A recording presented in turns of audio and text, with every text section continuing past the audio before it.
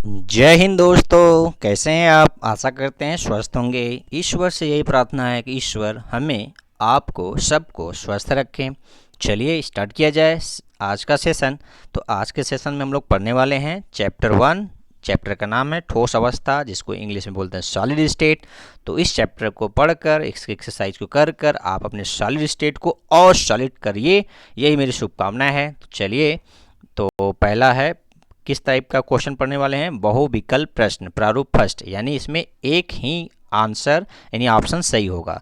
तो थोड़ा जूम कर लेते हैं और क्वेश्चन को क्लियर पढ़ते हैं, उसके बाद ऑप्शन को पढ़कर उसमें क्लिक करने का प्रयास करके एक्सरसाइज करते हैं, ताकि आने वाले जो भी एग्ज़ाम है, चाहे वो नॉलेज के लेवल का हो या एग्जामिनेशन पॉइंट ऑफ व्यू से, सब क्लियर करते जाएंगे एक एक करके। तो पहला क्वेश्चन क्या कह रहा है, पहला कह रहा है निम्नलिखित में से कौन सी परिस्थिति किसी पदार्थ की ठोस अवस्था के लिए, किसी पदार्थ की किसके लिए, ठोस अवस्था के लिए अस्तित्व के अनुकूल है। क्या है, ठोस अवस्था के लिए कौन सी परिस्थिति अनुकूल है। तो ऑप्शन क्या है, पहला उच्च ताप, दूसरा है निम्न ताप, तीसरा है उच्च ऊष्मीय ऊर्जा, चौथा है दुर्बल संसंजन बल। तो आप बताइए मेरे पहले कि आप क्या जानते हैं।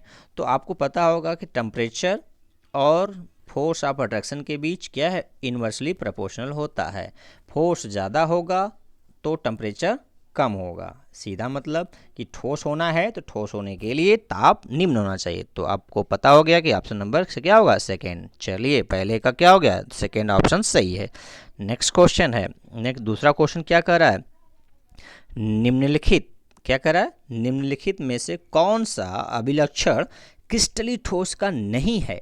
ध्यान दीजिए, कभी कभी क्वेश्चन किस टर्म में देता है उसको ध्यान रखना है आपको, कि कह रहा है नहीं है, तो नहीं का मतलब इसमें आपको गलत वाला छांटना है। ठीक है, तो क्या कह रहा है कि नहीं है, तो क्या क्या ऑप्शन है, निश्चित एवं अभिलाक्षिक संलग्न संलग्न ऊष्मा, ये होता है। समदैशिक प्रकृति, ध्यान दीजिए, समदैशिक प्रकृति किसका है, अक्रिस्टल का है, तो ये वाला नहीं है, लेकिन फिर भी हमें चारों ऑप्शन देख लेना चाहिए एक बार। तीसरा ऑप्शन है संपूर्ण क्रिस्टल में अवयवी कणों की व्यवस्था का एक नियमित एवं पुनरावृत्त पैटर्न, ये सही है। एक वास्तविक ठोस, ये सही है। तो कौन सा सही नहीं, समदैशिक प्रकृति इस क्वेश्चन के लिए ऑप्शन सही हो जाएगा, क्योंकि वो सही नहीं है।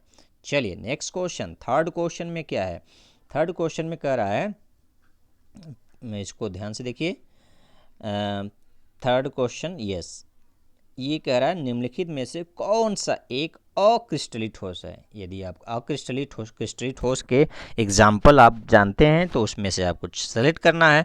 तो ऑप्शन क्या क्या दिया है, ऑप्शन में दिया है ग्रेफाइट, ये क्रिस्टली है।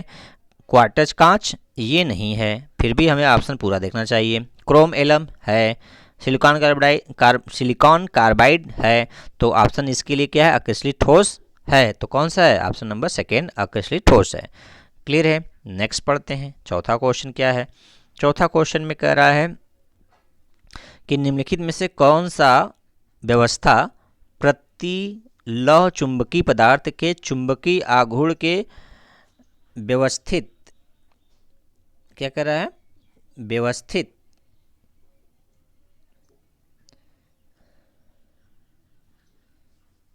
एक मिनट, जी हाँ, एक बार क्वेश्चन फिर से कर लीजिए, पढ़ लेते हैं।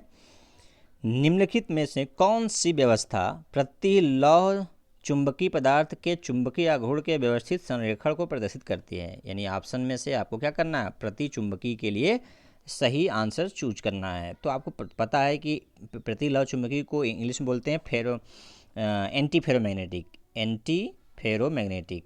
तो इसमें क्या होता है कि जितने डोमेन ऊपर होते हैं उतने ही संख्या में डोमेन नीचे होते हैं, यानी डोमेन का जो डायरेक्शन होता है वो अपोजिट होता है और भी इक्वल नंबर में, उसे क्या बोलते हैं, प्रतिचुंबकीय। ऐसा ऑप्शन किस ऑप्शन में है वही आपका सही हो जाएगा। तो ऑप्शन देखते हैं, पहला ऑप्शन में देखिए सभी का डोमेन का डायरेक्शन क्या है, ऊपर है। सेकंड देखते हैं, सेकंड में सभी का डायरेक्शन क्या है, देख रहे हैं, नीचे है। थर्ड में 1 2 3 4, यानी 4 देखिए, 1 2 3 4 ऊपर है और 2 नीचे है, तो ये भी नहीं है।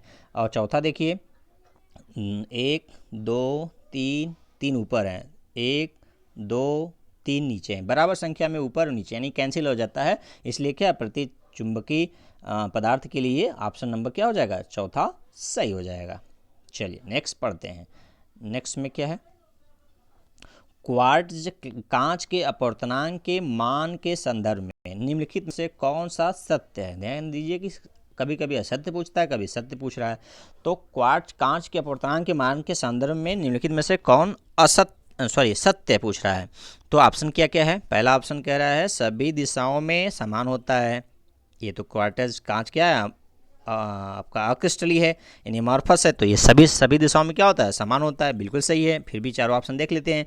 भिन्न भिन्न दिशाओं में भिन्न होता है, मापा नहीं जा सकता, हमेशा शून्य होता है। तो इन चारों में क्या होगा, पहला ऑप्शन, क्योंकि ये सभी दिशाओं में समान यानी अपवर्तनांक दिशा बदलने पर बदल नहीं जाता क्वार्ट्ज कांच के लिए, इसलिए पहला ऑप्शन सही होगा।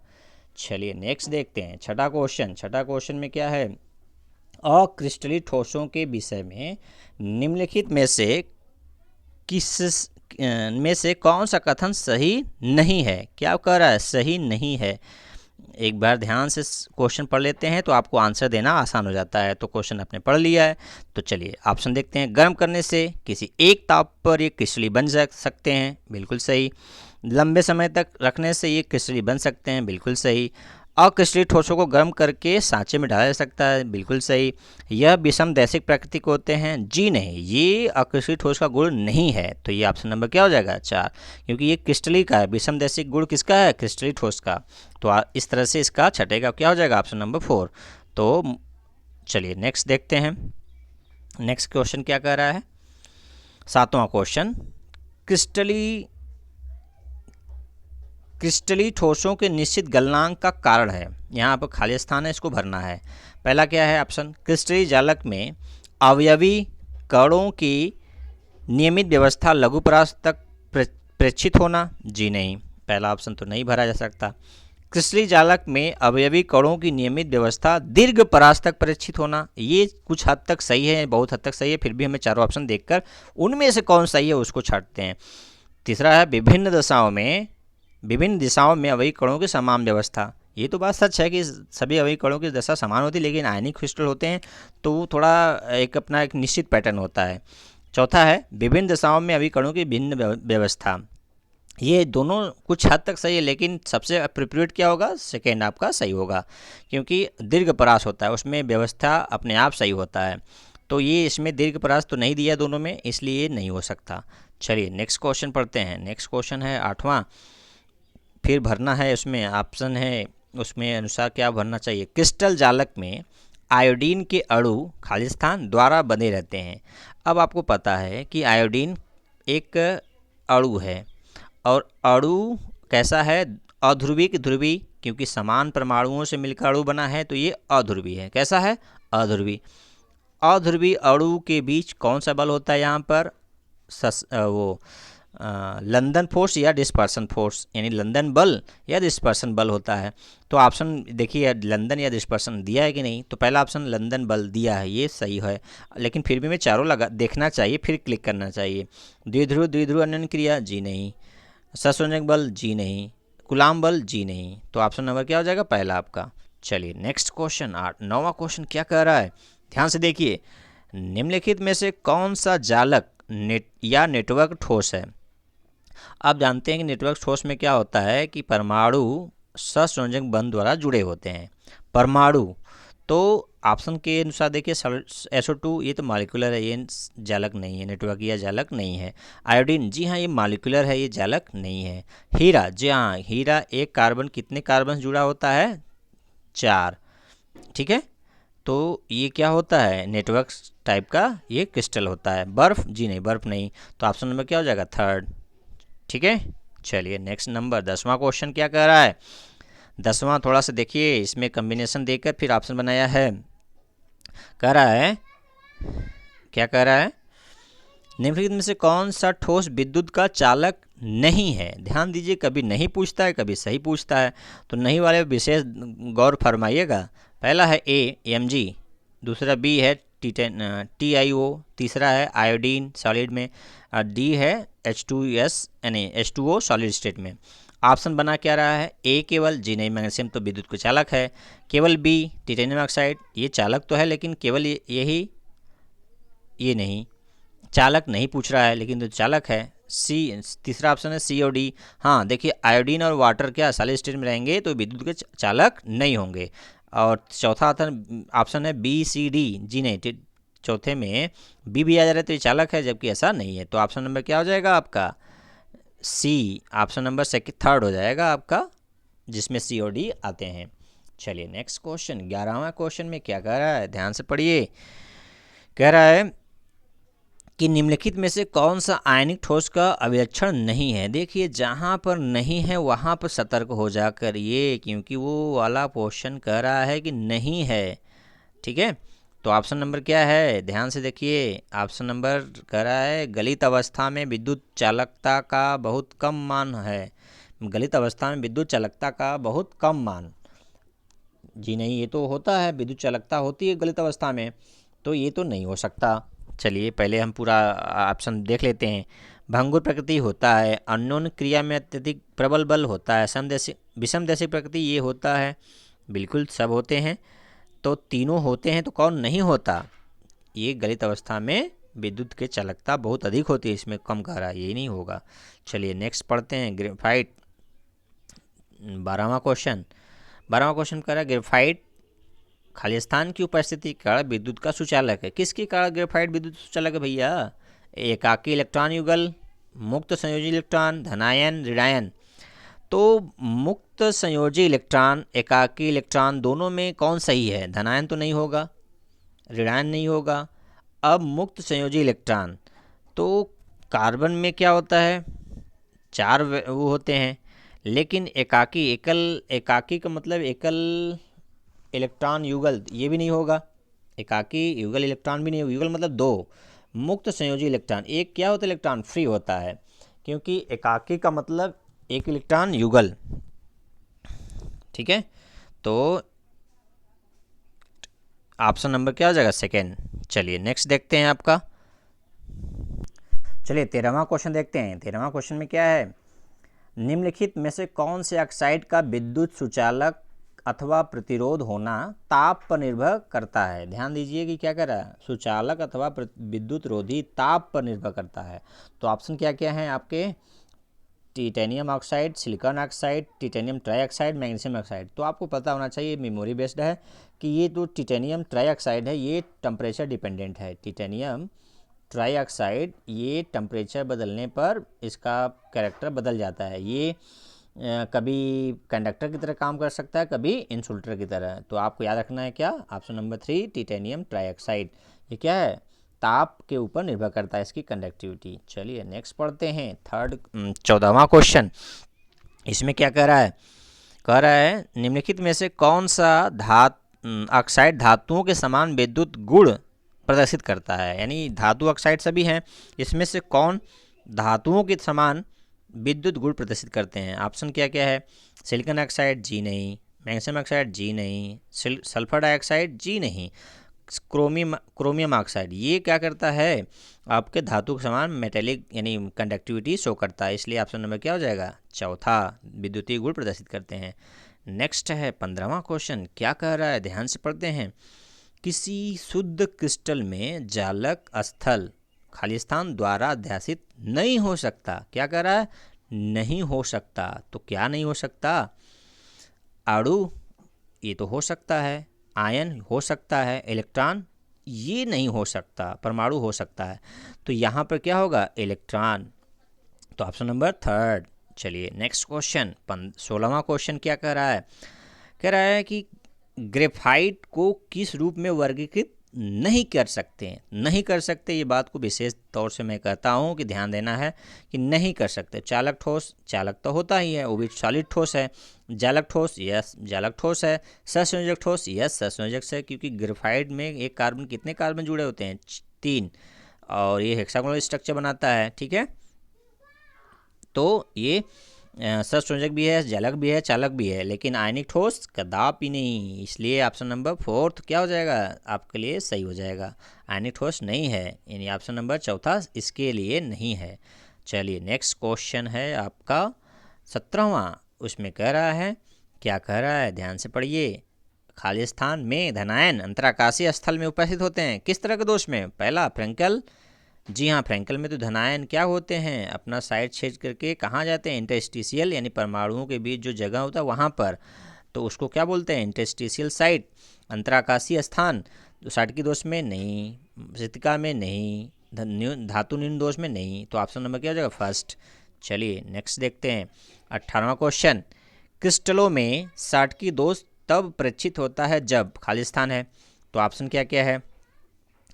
ऑप्शन में कह रहा है कुछ धनायन अपने जालक स्थानों से निकलकर अंतराकाशीय स्थान में अध्यासित होते हैं, जी नहीं, ये तो फ्रैंकल होता है। जालक से समान संख्या में धनायन एवं ऋणायन अनुपस्थित होते हैं, जी हाँ यही तो है, क्योंकि शॉर्ट की मतलब शॉर्ट हो जाना, कम हो जाना, क्या क्या, धन और ऋण दोनों बराबर संख्या में। कुछ जालक स्थल इलेक्ट्रॉन द्वारा अध्यासित होते हैं, जी नहीं। जालक में कोई अशुद्धि उपस्थित होती है, जी नहीं, तो ऑप्शन नंबर क्या हो जाएगा, सेकेंड आपका सही हो जाएगा। चलिए नेक्स्ट क्वेश्चन 19वां क्वेश्चन में क्या है, ध्यान से पढ़ते हैं, पढ़िए। पी प्रकार के अर्धचालक द्वारा उपार्जित आवेश के बारे में निम्नलिखित में से क्या सही है।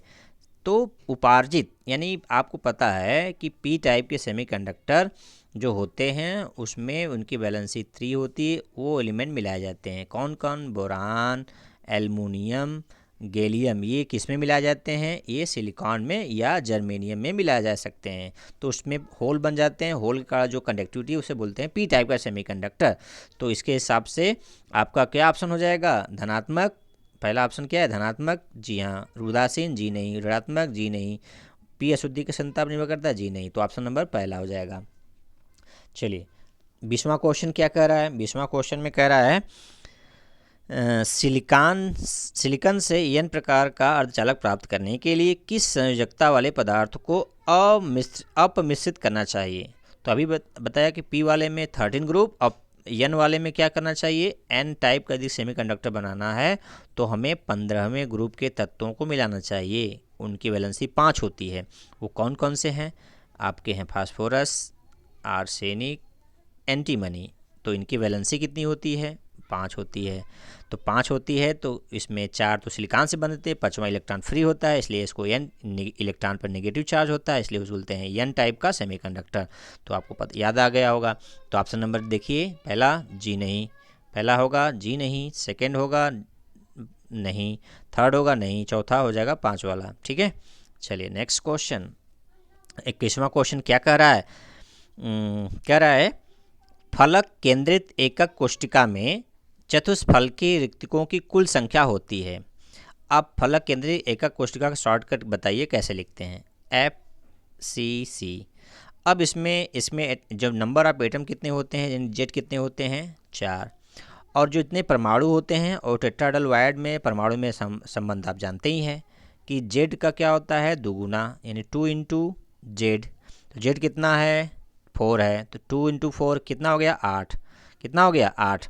तो ऑप्शन में देखिए 8 है कि नहीं, पहला ऑप्शन क्या है, 6, जी नहीं, 8, जी हाँ, 10, जी नहीं, 12, जी नहीं, तो ऑप्शन नंबर सेकेंड। चलिए 22वां क्वेश्चन ध्यान से पढ़ते हैं। 22वां क्वेश्चन में कह रहा है AgBr सॉलिड क्रिस्टल द्वारा निम्नलिखित में से कौन से बिंदु दोष प्रदर्शित किए जाते हैं। पहले सेटिंग है, फिर उसके बाद ऑप्शन बनाया गया है, शॉर्टकी दोष, बी है फ्रैंकल दोष, सी है धातु आदिक दोष, चौथा है डी है धातु न्यून दोष। तो सेट ए में क्या है, ए और बी, जी हाँ, AgBr ऐसा कंपाउंड है जिसमें फ्रैंकल भी है और शॉर्टकी भी है, इसलिए ये ए बी दोनों होगा। सी डी, जी नहीं, ए सी नहीं, बी डी नहीं, तो ऑप्शन नंबर 1 हो जाएगा आपका, 1 आपका क्या हो जाएगा, सही ऑप्शन हो जाएगा, क्योंकि एक याद रख लिए कि ये क्या हो जाएगा, ये फ्रैंकल और शॉर्टकी दोनों दोष शो करते हैं। चलिए 23वां क्वेश्चन इंपॉर्टेंट है, बहुत इंपॉर्टेंट। किस युगल में सर्वाधिक संकुलन क्षमता है। तो आपको पता है कि युगल, आपको पता है कि SSC सिंपल क्यूबिक यूनिट का कितना होता है पर पैकिंग संकुलन, 68। अच्छा HCP, CCP और FCC और क्या FCC तीनों बराबर होता है, तीनों का परसेंटेज क्या होता है पैकिंग, 74%। तो ये ऐसा कॉम्बिनेशन वाला किसका अधिक पूछा है, इसी को आपको छांटना है। तो ऑप्शन नंबर देखिए क्या क्या दिया है, HCP BCC नहीं, 74 68 नहीं, HCP CCP दोनों का क्या है बराबर 74, तो ये सबसे अधिक वाला होगा। BCC CCP नहीं, BCC तो सरल गणित नहीं, तो ऑप्शन नंबर सेकेंड हो जाएगा। चलिए 24वां क्वेश्चन देखते हैं। 24वां क्वेश्चन में क्या रहा है, अंतः केंद्रित घनी अवस्था में रिक्त स्थान का प्रतिशत होता है। तो अंतः केंद्रित घनी का शॉर्ट में क्या बोलते हैं, BCC, body centre cubic unit cell. इसका घनी रिक्त स्थान का प्रतिशत पूछ रहा है। इसका पैकिंग कितना होता है पहले बताइए। पैकिंग एफिशिएंसी कितना होता है, 68%। और 68 पैकिंग होता है, तो वैकेंसी कितना है, 100 में से घटा दीजिए, तो 100 में से 68 घटाएंगे तो कितना आएगा, 32% क्या रहेगा आपका खाली। तो ऑप्शन नंबर किस में है, 32, थर्ड में। तो ऑप्शन नंबर क्या हो जाएगा, थर्ड। चलिए 25वां क्वेश्चन, षटकोणी निविड संकुल के निम्नलिखित में से कौन सा कथन असत्य है। क्या कह रहा है, असत्य पूछ रहा है। तो कौन सा, उप संयोजक संख्या 12 होती है, सही है। इसमें संकुलन क्षमता 74 होती है, सही है। द्वितीय परत की चतुष्फल की रिक्तिकाएँ तृतीय परत के गोलों द्वारा आच्छादित होती है, ये भी सही है। चौथा कह रहा है, चौथा क्या कह रहा है, इस प्रकार की व्यवस्था में चतुर्थ परत के गोले प्रथम, फिर से देखिए, प्रथम परत के गोलों से संपूर्णतः संरेखित होते हैं। यानी कहने का मतलब है कि ये षटकोणी निविड संकुल है। कैसा है, षटकोणी यानी HCP। क्या है, HCP है। कैसा है भैया, HCP, हेक्सागोनल क्लोज पैकिंग। इसमें क्या होता है, ये AB टाइप का क्रिस्टल है। किस टाइप का है, AB टाइप का है। अब AB टाइप में क्या होता है कि आपका जो चतुर्थ तीसरा परत होता है, ठीक पहले परत के संरेखित होता है। किसके संरेखित होता है, तीसरा, लेकिन इसमें करा चौथा, तो इसलिए क्या है, ये सत्य नहीं है, चौथा वाला सत्य नहीं है। तो ये 25 क्वेश्चन का सेट आप देखिए एक्सरसाइज में आप कितना आपको आ रहा था। ये मुझे विश्वास है कि आपको ये एक्सरसाइज करने से बहुत लाभ होगा, और आपके बोर्ड में ही नहीं, आपके नीट, एडवांस, या आप अपने नॉलेज को दुरुस्त कर सकते हैं, आप अपने सॉलिड स्टेट को और सॉलिड कर सकते हैं। तो वीडियो को देखने के लिए धन्यवाद। आपका दिन मंगलमय हो। जय हिंद, जय भारत।